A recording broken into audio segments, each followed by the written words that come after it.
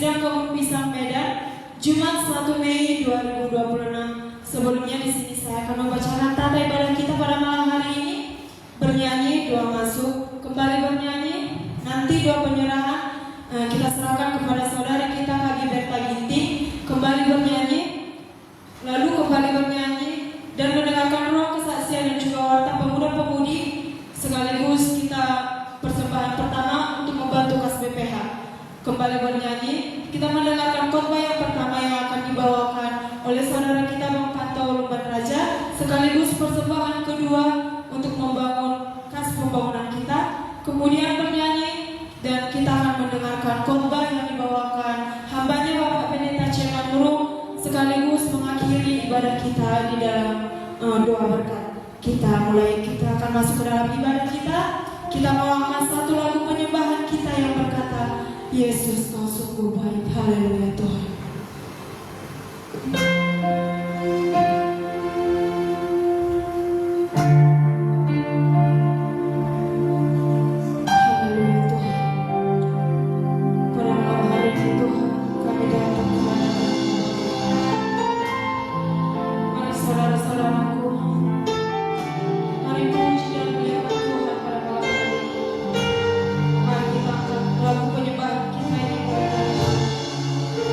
Yesus kau sungguh baik.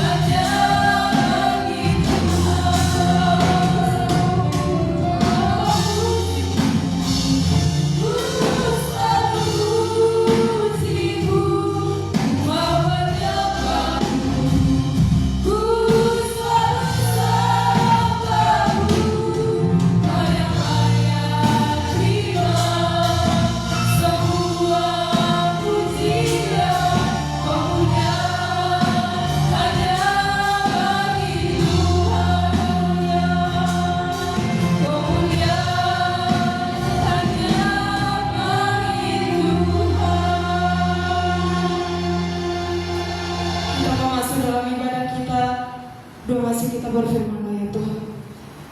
Berfirman ya Tuhan, sebab aku mendengarkan. Nyatakanlah kepada aku untuk kemuliaan bagi nama-Mu. Penuhilah jiwaku dengan kasih kepada-Mu. Haleluya. Amin. Kita akan menyerahkan ibadah kita ini ke dalam tangan pengasihan Tuhan. Di akhir lagu penyembahan kita nanti, kami undang Kak Berta Ginting untuk menyerahkan setiap ibadah kita pada malam hari ini ke dalam tangan pengasihan Tuhan.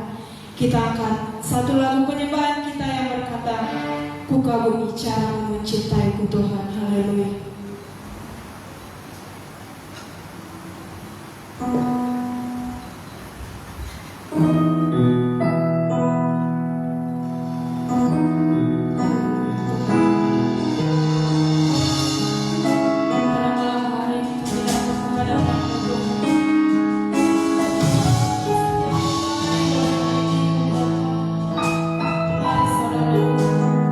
Serahkan setiap masalah yang kami hadapi kepada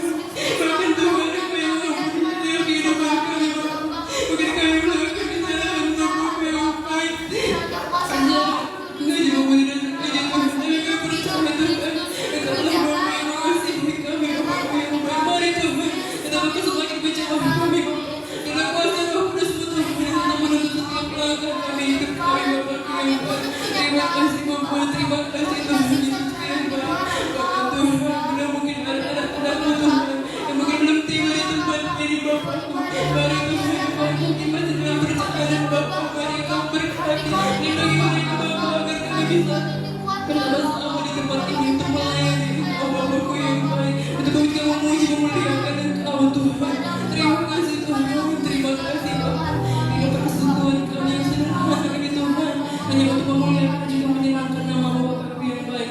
Terima kasih Tuhan Yesus, terima kasih Bapa. Kami serahkan setiap semua rancangan ibadah kami ini Tuhan, dari awal hingga sampai pada akhirnya nanti Bapa yang baik. Dan juga kami pulang dari tempat ini nantinya Tuhan Yesus, kami merasakan sukacita dan sejahtera daripada-Mu Bapa yang baik. Maka terpuji dan termulia nama-Mu Tuhan, hari ini kekal sampai selama-lamanya. Haleluya, haleluya. Amin.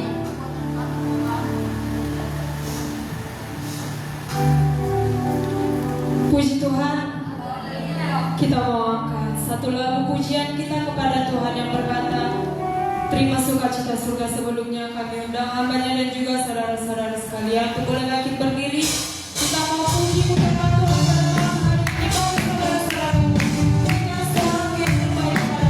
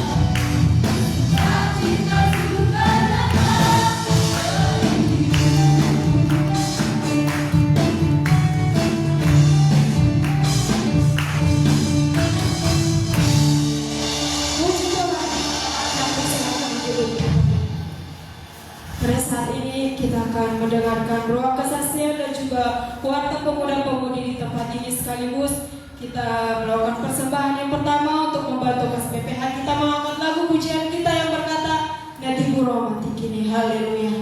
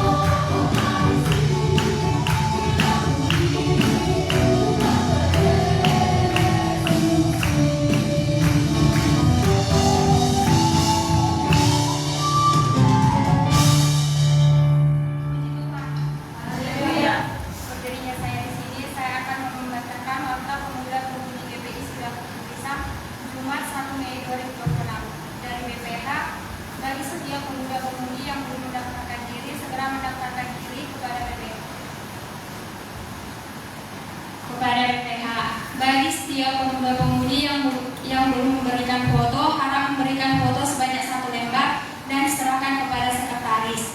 Dari seksi sosial, bagi pemuda-pemudi yang telah mendaftarkan diri, wajib membayar iuran sebesar 7.000 per bulan bagi pekerja, 5.000 per bulan bagi mahasiswa, dan 4.000 per bulan bagi pelajar.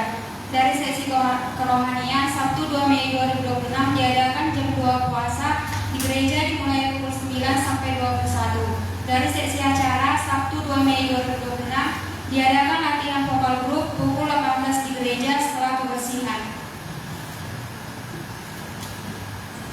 Pelayan sepekan, Sabtu 2 Mei 2026 WL ada Kak Destriana Sinambera, pengkhotbah 2 puasa Bang Immanuel Napitupulu, pemusik Bang Samuel Situmorang. Minggu 3 Mei 2026 PraWL Bang Edi Joy Simanjuntak, Singers Kak Helen Tantri, Kak Liberta Linting, dan Kak Rumah Sagara. OPLCD Kak Magdalena, pentamu Joyce Sregar dan Bang Samuel Manik, seragam merah. Rabu 6 Mei 2026 WL ada Kak Liberta Linting, pemusik ada Bang Samuel Sitomorang. Jumat 8 Mei 2026 WL ada Kak Magdalena, Singers ada Kak Elsani, Kak Jelita, dan Kak Juwita. PLCD Joy Uranda Rita Sibarani, user Akbar Buntung, dan Kak Yantir Aritona. Pemusik tim musik seragam hitam. Dari seksi kebersihan, Sabtu dan Minggu 2 Mei dan 3 Mei 2026 ada Bang Alfredo Sibarani, Bang Joshua Manurung, Kak Masanda Sinurat, Kak Juwita Sinurat, Kak Prani Manurung, Kak Teresia Tanjetan, dan Kak Elsa Antabaran. Demikianlah waktu pemuda-pemudi sepekan. Bagi setiap nama-nama yang terpanggil, marilah kita melayani Tuhan dengan sepenuh hati bagi kemuliaan nama Tuhan. Puji Tuhan. Haleluya.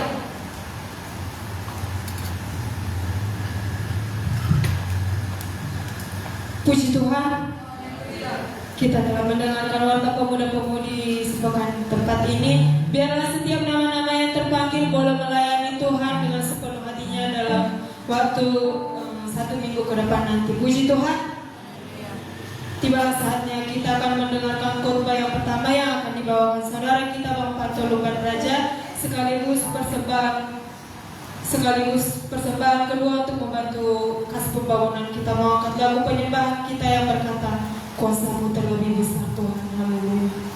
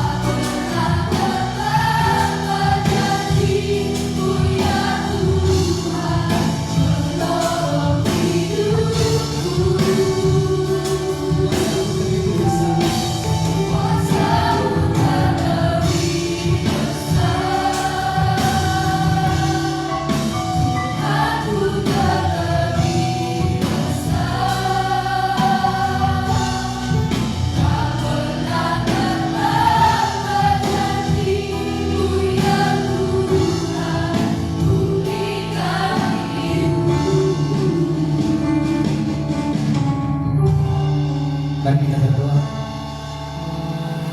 Betulnya Tuhan, seperti lagu kami mengatakan, berulah kuasa Tuhan yang terlalu besar pada saat ini di rumah doa yang kudus ini. Tuhan, kami sadar kami inilah orang-orang sederhana, orang-orang kecil yang tidak punya kuasa apapun Tuhan. Tetapi kami akan percaya Tuhan, dengan kemampuan daripada Tuhan, dengan kuasa Roh Kudus-Mu, kami boleh Tuhan menikmati hari Rabu di tempat ini. Berulah Tuhan, ibadah kami yang singkat ini boleh menjadi sarana bagi kami Tuhan untuk boleh menerima sukacita Tuhan. Maka terpuji Engkau hari ini kekal sampai selama-lamanya. Haleluya. Amin. Puji Tuhan. Baik, hari ini adalah minggu pertama pelayanan di bulan Mei untuk kita. Nah, di hari Minggu yang lalu kita mengadakan PAW ya, pergantian terwaktu. Nah, mungkin ada yang menjadi pengurus baru dan juga ada yang akan bertukar posisi seperti itu. Dan ada juga yang harus melepaskan jabatan sebagai BPH di tempat ini, mungkin karena ada rencana-rencana yang baik. Kemudian hari ini juga hari pertama di bulan Mei, yang tentunya seperti yang kita tahu ya, ada hari May Day atau hari buruh. Nah, tentunya banyak harapan-harapan daripada masyarakat, harapan-harapan daripada orang-orang untuk mengharapkan kehidupan yang lebih baik, untuk mengharapkan kesejahteraan yang lebih baik ya dari pemerintah. Tetapi kita di sini anak-anak Tuhan, mari kita yang percaya bahwasanya hidup kita akan selalu dipelihara oleh Tuhan. Puji Tuhan. Hari ini kita mau belajar dari firman Tuhan yang diambil dari Yakobus 4 ayat 13 sampai 15.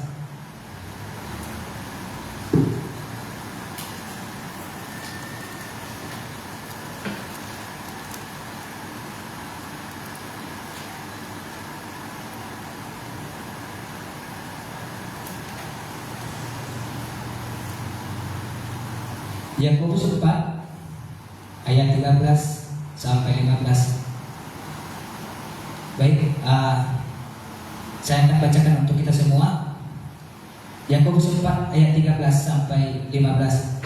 Jadi sekarang hai kamu yang berkata, hari ini atau besok kami berangkat ke kota Anu, dan di sana kami akan tinggal setahun dan berdagang serta mendapatkan untung. Sedang kamu tidak tahu apa yang terjadi besok. Apakah arti hidupmu? Hidupmu itu sama seperti uap yang sebentar saja kelihatan lalu lenyap. Sebenarnya kamu harus berkata, jika Tuhan menghendakinya, kami akan hidup dan berbuat ini dan itu. Puji Tuhan. Baik, kita di sini komunitas pemuda-pemudi di GPI Sidang Kebun Pisang, yang tentunya semua diisi oleh ya orang-orang yang muda. Nah, seperti yang kita tahu, kalau orang-orang muda itu ya masih penuh dengan semangat, penuh dengan ide-ide, dan juga penuh dengan rencana-rencana. Bukan mungkin hanya mahasiswa ataupun yang sudah alumni gitu, bahkan kalau anak-anak sekalipun anak sekolah minggu gitu, mereka sudah punya cita-cita. Anak SD, anak SMP, anak SMA, dan selanjutnya juga semua punya cita-cita. Bahkan mereka sudah mempunyai ya mau jadi apa mereka nantinya di masa yang akan datang. Nah, mungkin untuk kita saat ini, karena di sini sudah rata-rata menengah atas dan juga mahasiswa maupun alumni, ya kita itu sudah membuat planning atau rencana. Ya, kalau waktu pihak Badang, si Joyce ya sudah membuat plan, katanya ada plannya gitu. Apa itu planningnya? Nah, kalian tanya nanti ya. Nah, di sini kita ya mungkin sudah merancang ya, mungkin tentang karir kita.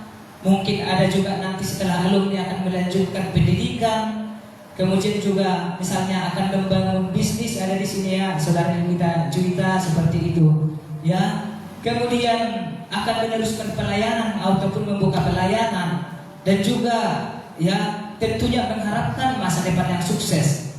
Nah, Ini semuanya normal. Tetapi di sini, ya, di dalam ayat yang saya baca tadi, ada satu ya yang tertinggal, dan yang sampai tertinggal itulah hal yang paling utama sebenarnya, yaitu di sana tidak ada dilibatkan Tuhan seperti itu. Ya,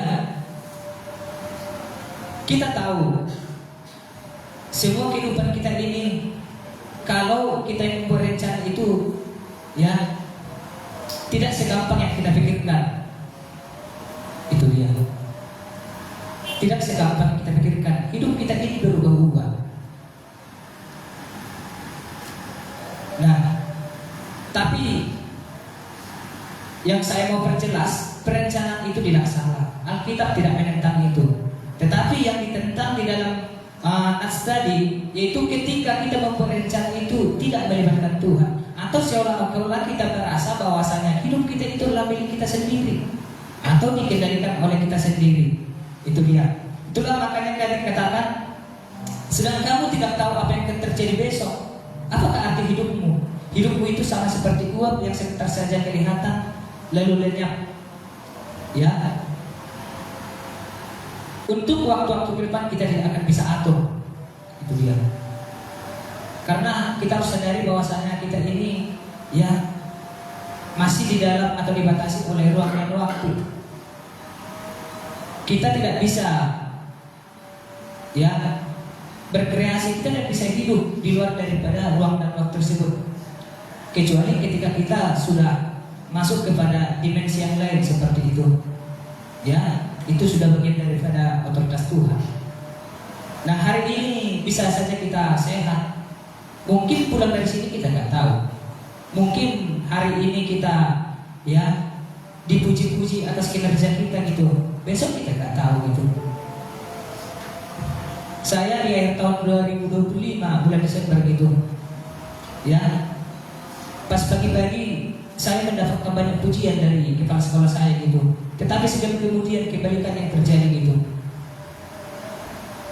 Dan itu memang cukup mempengaruhi aktivitas saya selama bulan itu gitu. Ya, coba kita bayangkan yang awalnya kita suka cita gitu, tiba-tiba, ya, ada datang sebaliknya.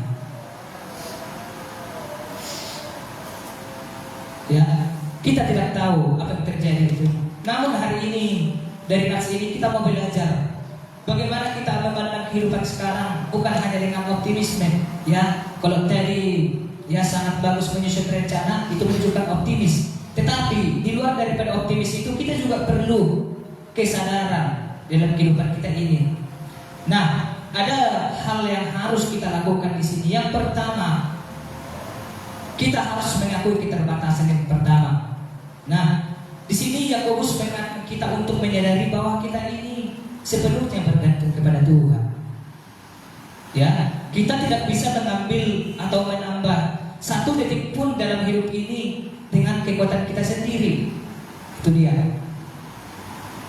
Ya, kita bisa saja punya agenda yang rapi, ya, punya target yang jelas, kemudian punya tekad yang kuat, ya. Tetapi semuanya itu bisa saja berubah dalam waktu sekejap.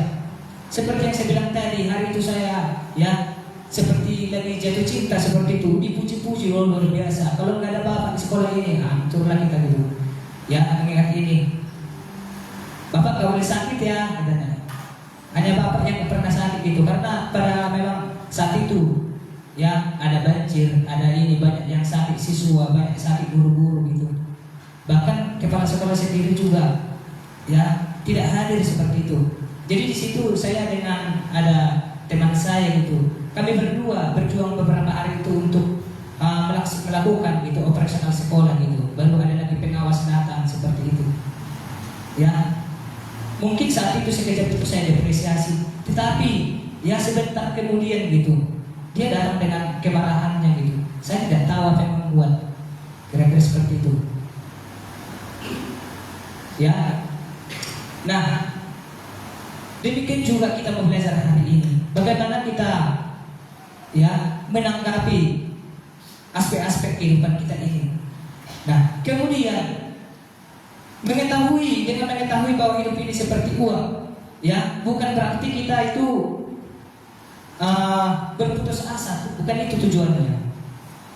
Tetapi untuk hidup dengan perspektif yang benar, itu tadi, ya Tuhan tidak pernah anti dengan orang-orang yang pintar, tidak. Justru Tuhan menginginkan anak-anak juga berkualitas gitu, memberikan ya yang lebih seperti itu. Tetapi juga harus, ini tadi yang dibilangkan, kita harus memiliki perspektif yang benar. Itu dia.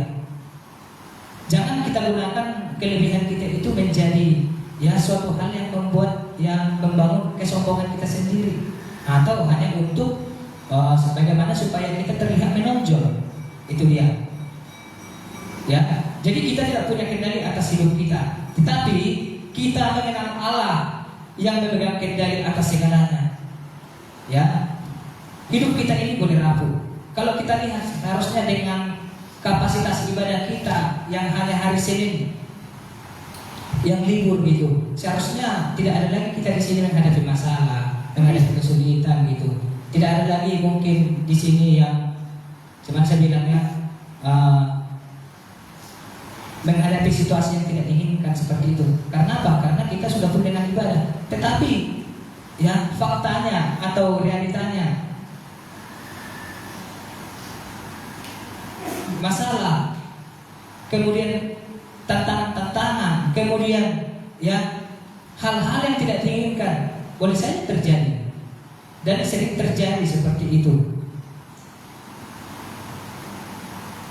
Tetapi yang terpenting di sini, hidup kita bisa berubah-ubah, tapi harus kita ingat ya siapa yang bersama dengan kita. Itu dia. Nah, kemudian yang kedua, ketika kita ya memiliki rencana, mari kita rencanakan dengan kerendahan hati. Nah, di sini Yakobus tidak mengatakan bahwa kita tidak bisa merencanakan sesuatu, tetapi sebenarnya dia mengingatkan kita untuk ya melibatkan Tuhan. Ya, maka dikatakan situ sebenarnya kamu harus berkata, jika Tuhan menghendakinya, kami akan hidup dan berbuat ini dan itu. Itu dia. Yang dipermasalahkan Yakobus di sini bukan perencanaan tadi, tetapi karena tidak ada ya Tuhan terlibat di dalamnya. Nah, kita pun di sini jangan hanya cuma buat rencana, tetapi marilah kita bawa setiap rencana kita itu di dalam doa-doa kita. Mari katakan kepada Tuhan, Tuhan, ini rencanaku, tetapi biarlah kehendak yang terjadi. Yesus pun sudah melakukan itu.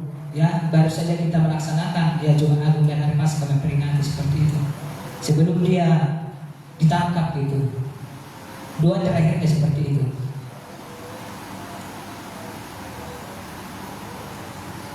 Kalau dia hanya mementingkan diri sendiri atau hanya ya mengandalkan rencananya, mungkin Yesus ya bisa saja menyelamatkan orang dari Tuhan kok. Tetapi dia mau menunjukkan kepada manusia itu atau kepada kita suatu kerendahan bahwasanya ya kita harus memiliki kerendahan hati.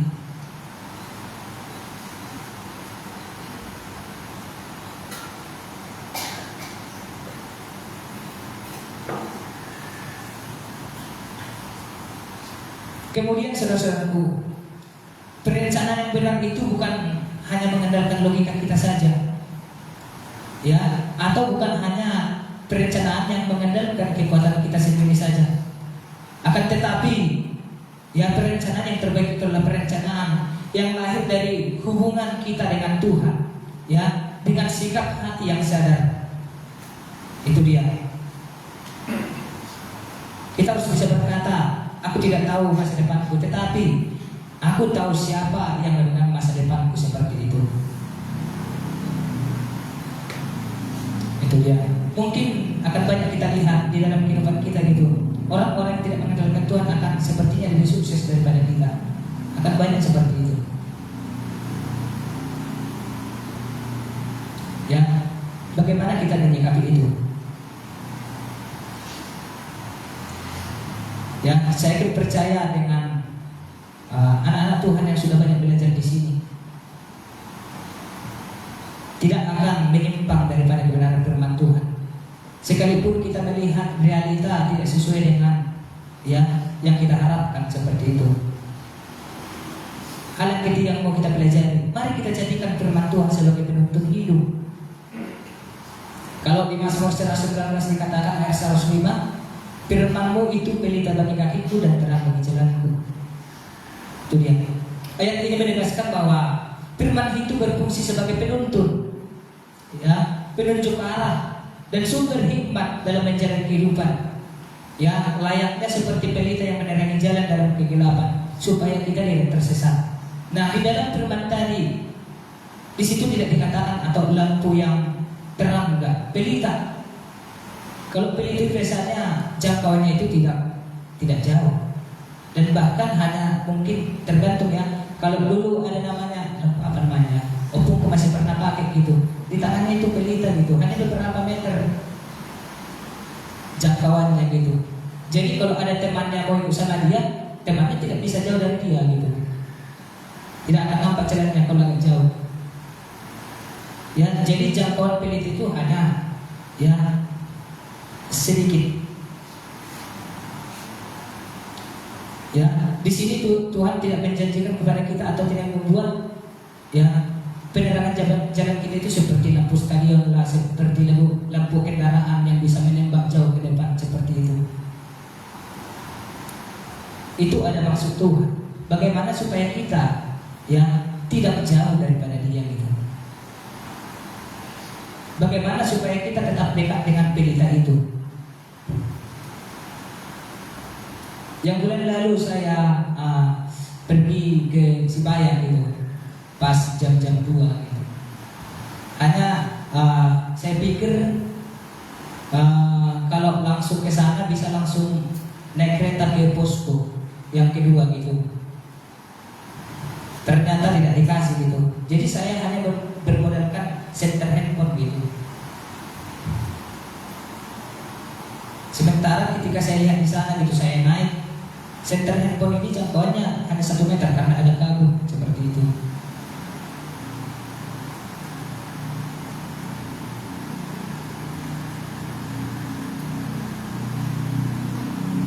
Jadi saya pelan-pelan gitu menaiki ke Sibaya tersebut. Jalannya pun bukan jalan-jalan, saya bilang ya, saya pun nggak terlalu familiar dengan jalan itu lagi gitu, karena saya terakhir ke sana udah ada 12 tahun yang lalu seperti itu. Dan memang banyak berubah. Mungkin saja kalau saya bawa senternya besar gitu bisa menembak jauh. Mungkin saja supaya cepat sampai saya berjalan cepat atau berlari gitu. Tetapi yang saya lihat gitu,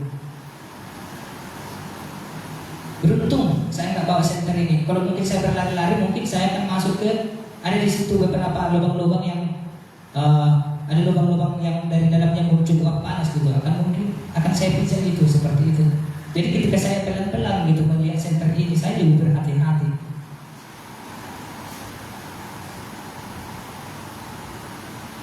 Itu dia. Jadi mari kita melihat ya rencana Tuhan itu ya dengan perspektif yang baik. Seringkali kita karena ambisi kita gitu, ketika kita berdoa langsung cepat dijawab Tuhan gitu. Apa yang kita minta maunya langsung dikasih Tuhan gitu. Maunya kita seperti jalan tol. Tetapi teman-teman, Tuhan mau ya kita itu berjalan ya seperti menaiki anak tangga. Mari kita jalani langkah demi langkah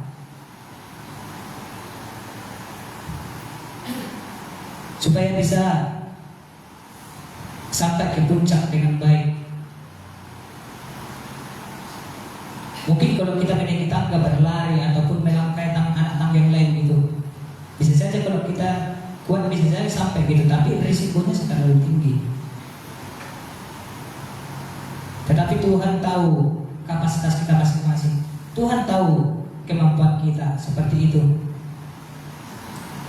Maka untuk teman-teman saya yang alumni juga gitu, ya mungkin sudah lama wisuda gitu, tetapi belum mendapatkan apa yang diinginkannya, ya, atau seperti apa yang telah direncanakan mungkin beberapa tahun yang lalu, ya, tetaplah semangat, tidak perlu kecewa gitu.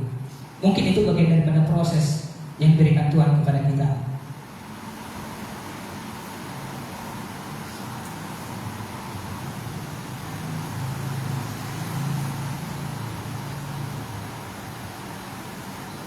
Itu dia. Bisa saja kita lambat diberikan Tuhan, ya, supaya kita selamat sampai kepada tujuan kita. Tidak selamanya perjalanan yang baik itu ditentukan oleh kecepatan. Tidak.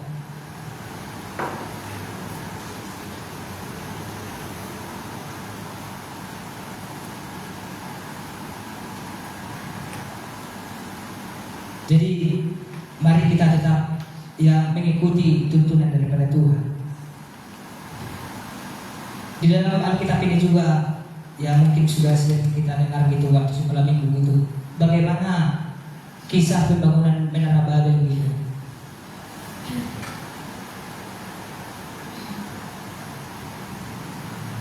Yang orang-orang terlibat di dalam pembangunan Menara Babel itu bukan orang-orang yang bodoh gitu. Mereka orang-orang yang pintar semua gitu. Tetapi Menara Babel tidak jadi. Kenapa? Itu tadi karena tidak sesuai dengan apa yang diperintahkan Tuhan. Mereka tidak ya mengikuti apa yang telah diperintahkan Tuhan kepada mereka gitu. Mereka lebih memilih mengandalkan pikirannya, mengandalkan kemampuannya gitu.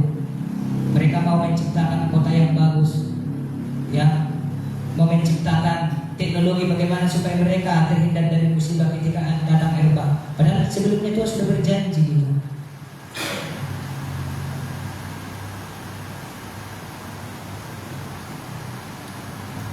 Dan kalau kita bedakan lagi dengan kisah Yusuf, ini sangat kontras seperti itu. Ya, kisah Yusuf itu ya bukan kisah yang sudah dikasih Tuhan spoilernya sama dia, enggak.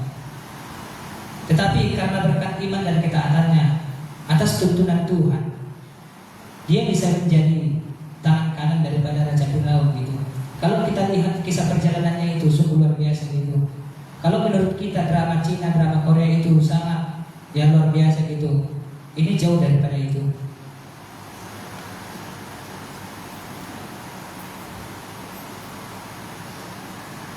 Track record daripada Yusuf itu tidak ada yang menunjukkan bahwasannya dia itu bisa menjadi tangan kanan dari Raja Firaun gitu.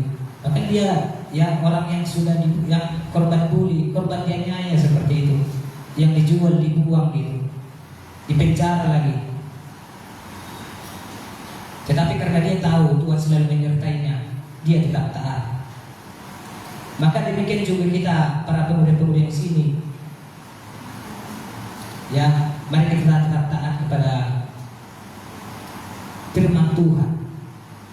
Apapun rencana kita, sehebat apapun kita dalam perencanaan kita, ya, kalau bukan Tuhan yang mengkehendakinya, itu akan sia-sia. Tetapi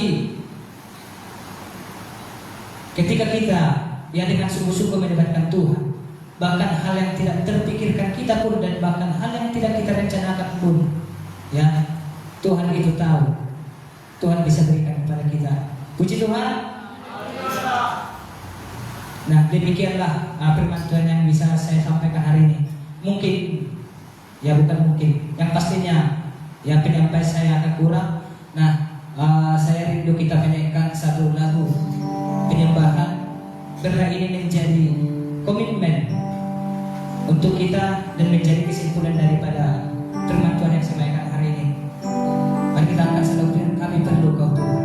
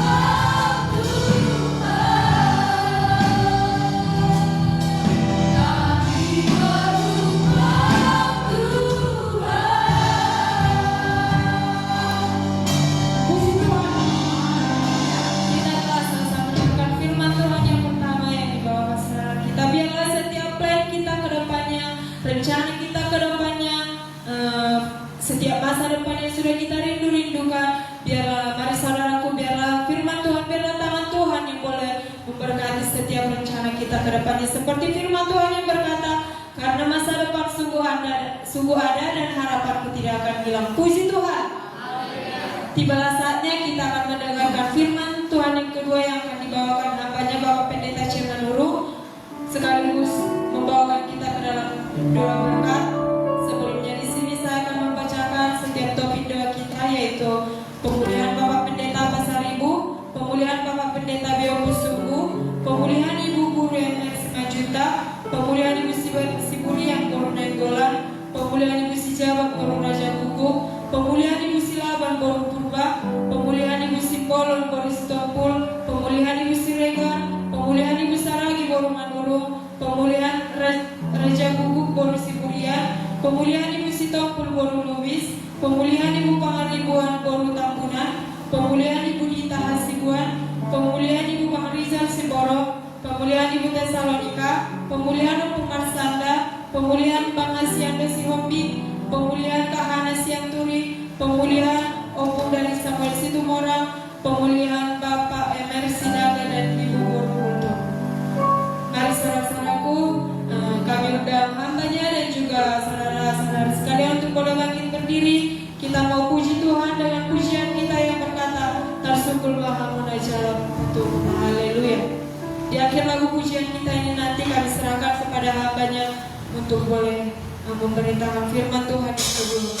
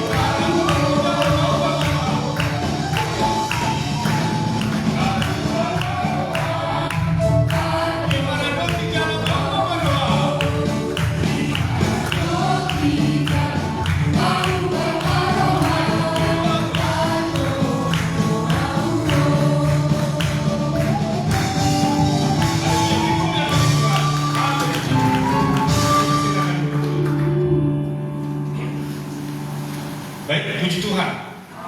Saudara-saudara yang terkasih dalam nama Tuhan Yesus, dalam mendengarkan firman Tuhan pertama, ya. Berikutnya itu jangan melupakan Tuhan dalam perencanaannya, Artinya memang kalau surat Yakobus tadi berbicara tentang nasihat kepada orang-orang Yahudi karena kesombongan mereka, ya, memang pada zaman itu mereka sangat sombong, membuat planning sendiri tanpa melibatkan Tuhan dalam perencanaan mereka. Ya.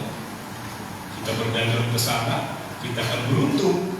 Kita ke sana, kita akan beruntung tanpa melibatkan Tuhan. Ya.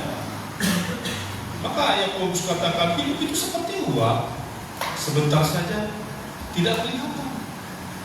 Artinya sama seperti kita saat ini. Ya. Tentunya kita harus melibatkan. Ada banyak rancangan-rancangan mungkin yang kita rancangkan, apalagi para pemuda banyak sekali planning ke depan. Ya. Tapi kan Amsal 19 ayat 21 berkata banyak rancangan di hati manusia, namun keputusan siapa yang terjadi? Keputusan Tuhan. Makanya setiap rancangan harus kita libatkan Tuhan. Puji Tuhan. Baik, firman Tuhan yang kedua tentunya yang tertulis dalam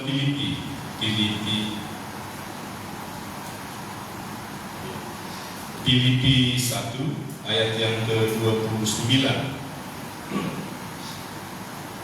Filipi 1 ayat yang ke-29.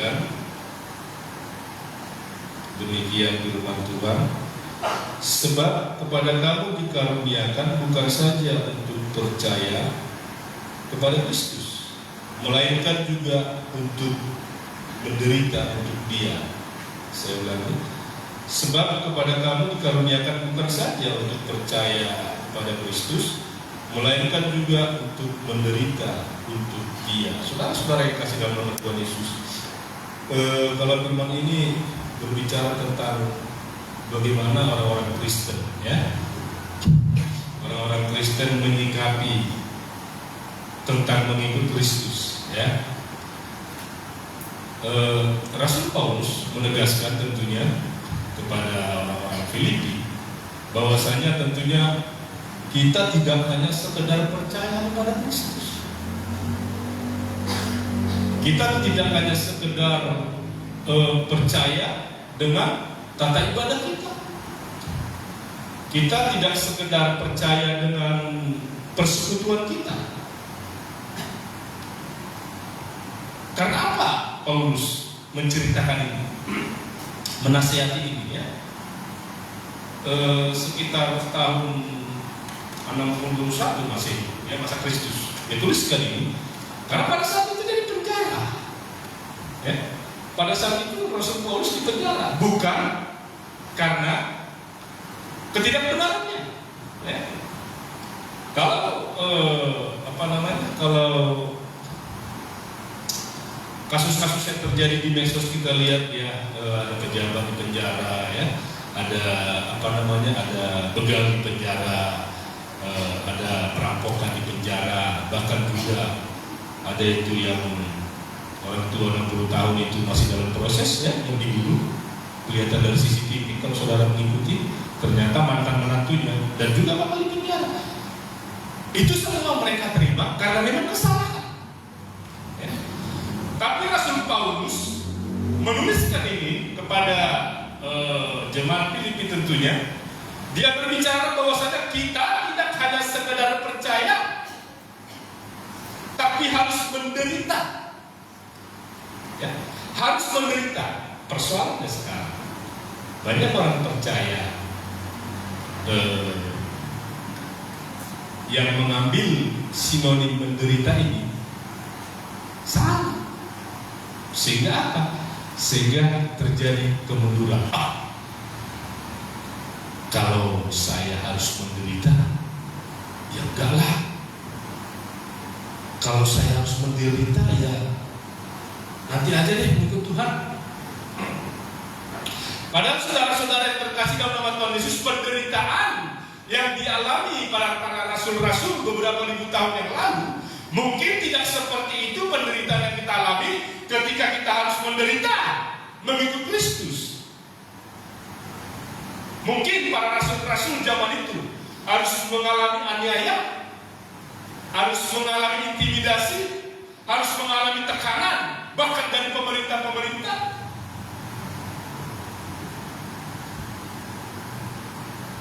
Kalau zaman ini penderitaan yang dimaksud enggak juga seperti itu, saudara yang kasih dalam Tuhan Yesus. Karena mungkin hukum sekarang dengan hukum yang dulu sudah berbeda. Mengeksekusi rumah ibadah aja pun bisa kena hukum, apalagi mengeksekusi personal dalam mengikuti ibadah. Maka saudara-saudara yang terkasih dalam nama Tuhan Yesus, saudara sebagai kaula muda tentunya harus mengerti dan memahami seperti apa sebenarnya konteks Alkitabiah ini yang berbicara tentang sebab kepada kamu dikaruniakan bukan saja untuk percaya kepada Kristus, melainkan juga untuk menderita untuk Dia. Saudara-saudara yang kasih dalam nama Tuhan Yesus, membatasi waktumu karena ada persekutuan juga merupakan satu penderitaan kepada kita. Kita harus tahu ketika orang sekeliling kita yang notabene bukan pengikut Kristus mengajak kita untuk berhura-hura, bersenang-senang, ya, bahkan nongki-nongki katanya, kata orang sekarang. Namun pada saat ini kita ada time ibadah, kita harus tinggalkan itu juga salah satu penderitaan. Kebebasanmu disita dengan persekutuan kepada Allah. Itu kau harus sanggup lakukan. Itu juga merupakan salah satu penderitaan.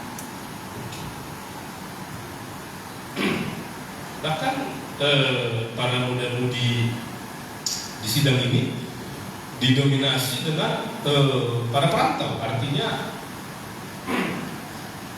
kirimannya apa bahasa Inggrisnya tomosan syaputa, bahasa Inggrisnya bahasa Korea ya. Mungkin terbatas ya, terbatas. Sementara itu engkau harus alokasikan juga di gereja ini persembahan. Ibadah ini aja persembahanmu 2 kali. Belum lagi ibadah minggu, kita mau bicara ekonomi saya juga. Tapi yang mudah-mudahan bisa lulus cepat. Belum lagi ibadah malam ya. Itu juga merupakan salah satu penderitaan, kita harus mampu. Bukan berarti kita menghadapi penderitaan aniaya, tidak. Maka terkadang banyak orang-orang Kristen yang terlalu polos untuk memahami Alkitab ini. Ya. Kalau jadi menderitanya ikut Tuhan, ya harus sama ya. Padahal penderitaan itu ya tersita aja waktumu untuk persekutuan, kau tinggalkan sahabat-sahabatmu yang lagi ya asik-asik gitu nongkrong ya. Dan kita berani melakukan itu. Contoh kecil ya. Maka saudara-saudara yang terkasih dalam nama Tuhan Yesus, justru itulah Rasul Paulus katakan kepada para pengikut-pengikutnya. Dia tulis sekali juga.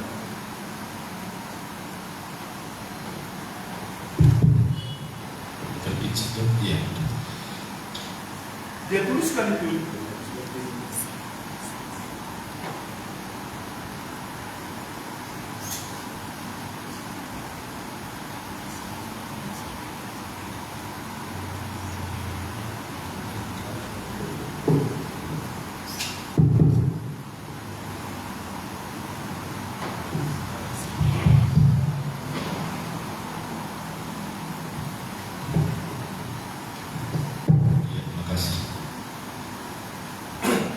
Makanya para kaula muda, ya, engkau tidak perlu khawatir tentang penderitaan, ya, karena kalau hanya sekedar percaya, ya, iblis juga percaya, ya, tapi dia nggak mau ambil bagian dalam penderitaan Kristus tadi, dalam persekutuan ini tidak mau. Kalaupun dia hadir di tempat ini, motivasinya bukan dengar firman Tuhan, mau mempengaruhi saudara, hati-hati, ya. Karena iblis bisa berwujudkan manusia, mempengaruhi personal kita, seperti itu. Ya. Maka saudara-saudara yang terkasih dalam nama Tuhan Yesus, kita tidak perlu ragu, ya, dalam mengikut Tuhan. Kita tidak perlu ragu. Karena memang apa yang menjadi pengajaran daripada Rasul Paulus ini memang menjadi bukti nyata, membuat kita semakin mampu lagi datang kepada Allah, membuat kita semakin memahami sejauh mana kita ada dalam Kristus. Karena tentunya, ya, banyak orang tidak sadar lewat ketekunan kita tadi, kepercayaan kita kepada Allah. Karena apa? Karena ketika orang takut menderita, dia mundur. Maka tegas kita katakan, tekunlah saudara, gak usah mundur. Jangan kau pernah bayangkan penderitaan yang dialami Rasul Paulus terdahulu itu harus kita alami. Tidak, nggak sampai segitunya juga. Ya, makanya tingkatkan ketekunanmu. Tingkatkan ketekunanmu, saudara yang kasih dalam nama Tuhan Yesus. Karena ternyata di dalam ketekunan itu ada upah. Itu yang terkadang kita tidak sadari. Ketika kita menyerahkan hati, loyalitas kita maksimal dalam persekutuan peribadatan, mungkin kita merasa tidak mendapat apa-apa. Tapi kalau dalam Ibrani 10, Ibrani 10 ayat 35, ada upah di sana sebenarnya yang membuat kita tertarik lagi, semakin tekun datang kepada Tuhan dan tidak kecut dengan penderitaan itu.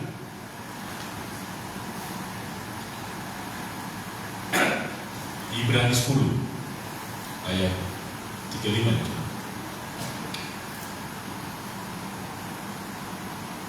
Oh iya. Sebab itu janganlah kamu melepaskan kepercayaanmu, karena besar upah yang menantinya. 36.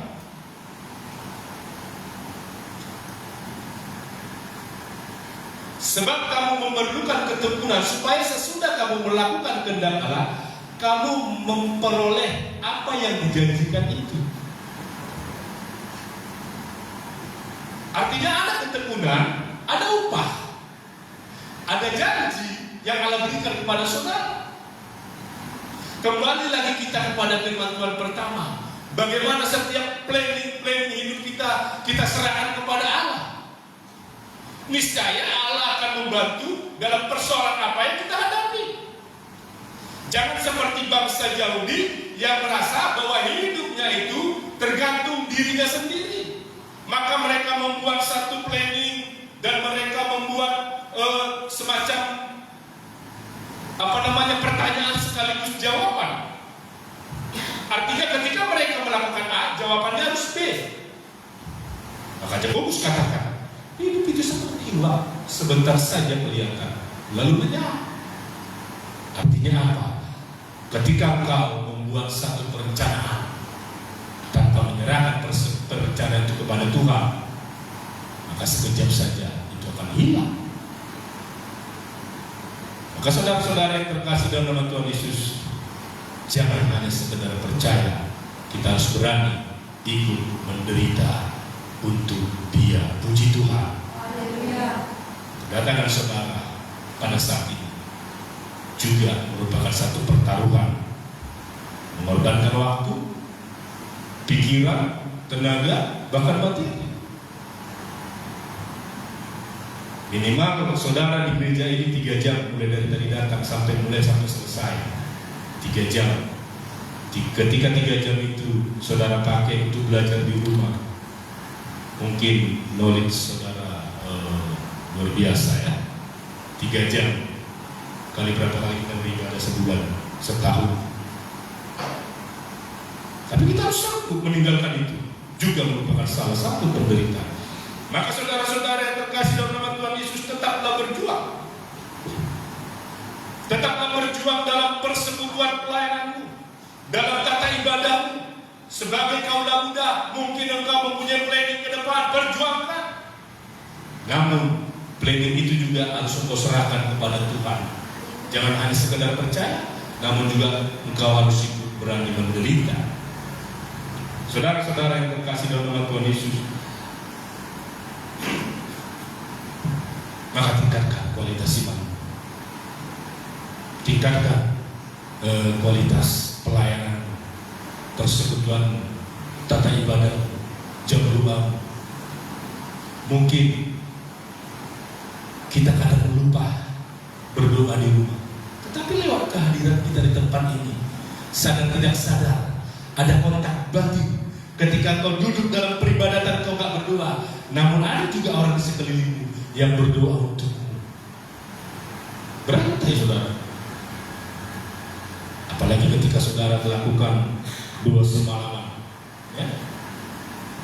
Terkadang kita tidak sadar ada kontak Roh Allah yang bekerja untuk kita, bukan karena doa kita.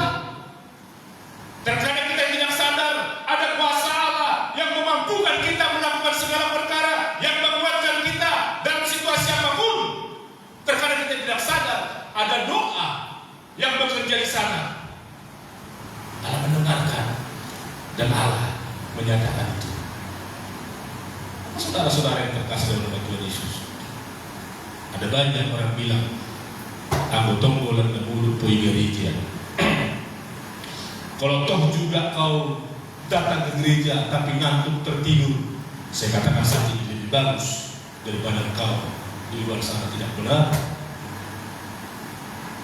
Daripada kau datang ke gereja ngantuk tertidur, tidak mendengar firman Tuhan, tidak bernyanyi, lebih baik daripada di rumah saja. Apa sih yang Tuhan perhitungkan? Tuhan perhitungkan. Ya, mungkin awalnya seperti itu, tapi semakin lama sekelilingmu itu berdoa tanpa kita sadari. Bahkan juga para pelayan berdoa tanpa kita sadari. Maka saudara-saudara yang terkasih dalam nama Tuhan Yesus, kita percaya hidup kita kepada Tuhan, ya. Niscaya kita mampu menghadapi penderitaan itu. Sebab kepada kamu dikaruniakan bukan saja untuk percaya kepada Kristus, melainkan juga untuk menderita. Biarlah apa yang menjadi penderitaan yang kita alami, ya, Tuhan mampukan, ya. Jangan menjadi karena berbicara tentang penderitaan kerajinan kita kendor. Tidak, ya. Kalau Roma 12:11 berbicara, biarlah rohmu menyala-nyala, ya. Jangan kerajinanmu kendor. Kalau bahasa Batak masih gorgor matus. Puji Tuhan. Tetap masih gorgor. Biarkan rohmu menyala-nyala saudara. Layanilah Tuhan. Ya, layanilah Tuhan. Janganlah hendaknya kerajaan kendor. Biarlah rohmu menyala-nyala dan layanilah Tuhan. Layani itu yang harus firman itu yang kau kenal. Karena kalau firman Tuhan nanti kau bilang, jadi kira kita juga dibelon ya. Nanti ngomong dikit di warung firman Tuhan, ngomong dikit di kampus firman Tuhan, ngomong dikit bukan. Layanilah Tuhan, jaga sikap hatimu. Hatimu itulah yang menjadi cermin, itulah yang menjadi pelayananmu kepada Tuhan. Puji Tuhan. Ketika sekeliling melihat karaktermu, tipikalmu, mentalmu, ketika orang melihat benarlah dia melayani Tuhan, alhamdulillah, dia ikutkan kita, dia bertobat tanpa kita ngomong apa-apa. Tapi biarlah Roh Allah yang bekerja, biarlah Roh Allah yang bekerja lewat karaktermu saudaraku, ya. Kalaupun orang menyingkirkan kau karena terlalu baik, tidak bisa diajak kompromi dengan ketidakbenaran, susah itu diajak, itu berusaha, ya nggak apa-apa, nggak masalah. Itu bukan urusan yang menjadi urusan Tuhan. Yang menjadi urusan kita, berani kita menderita untuk Dia, tidak hanya percaya. Penderitaan yang kita alami tidak akan sebanding dengan kemuliaan yang akan dinyatakan Allah dalam hidup kita. Puji Tuhan. Kami undang untuk bangkit berdiri, kita akan naikkan pujian kepada Tuhan. Janjimu seperti fajar pagi ketika haleluya.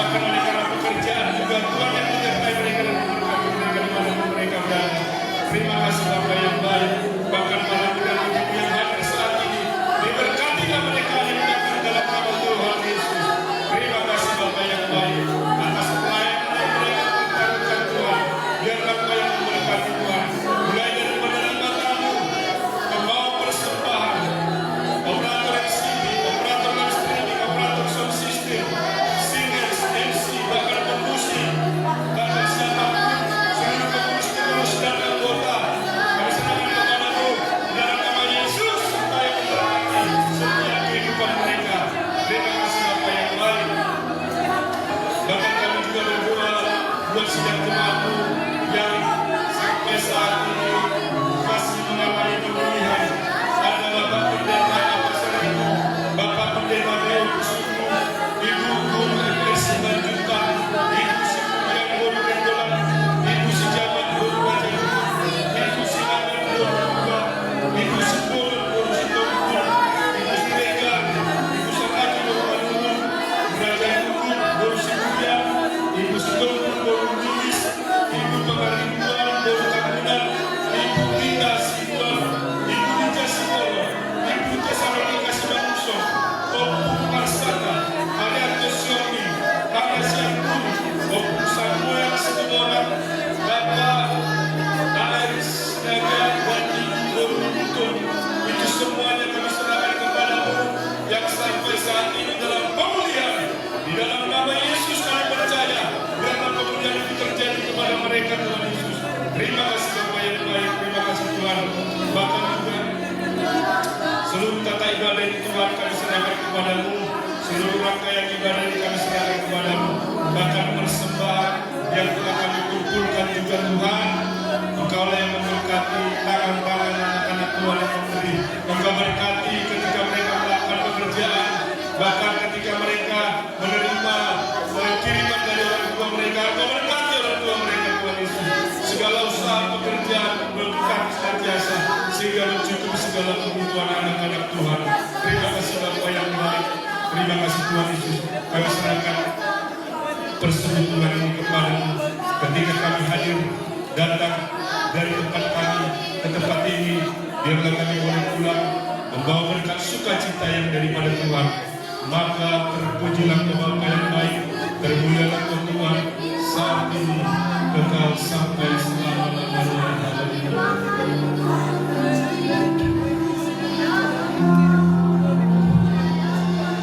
Maka jiwaku memujimu, amin. Sungguh besar Kau Allahku, sungguh besar, amin.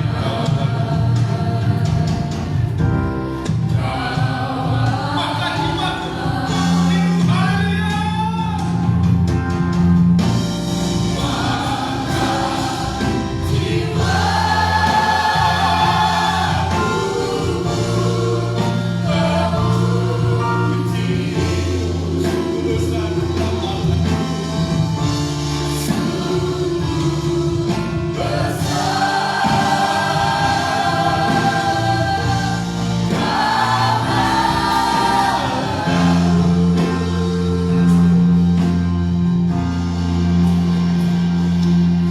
Kita akan tutup persekutuan kita dengan doa.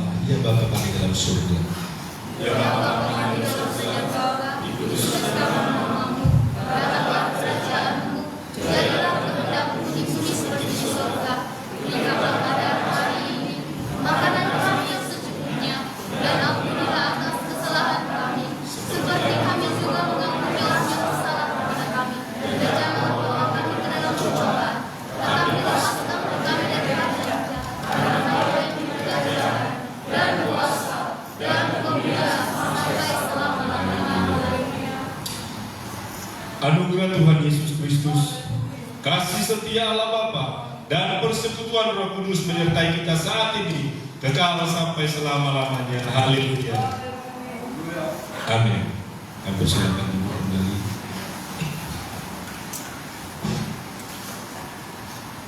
Apa tadi lagu Bapak yang mau firman itu kita sambung.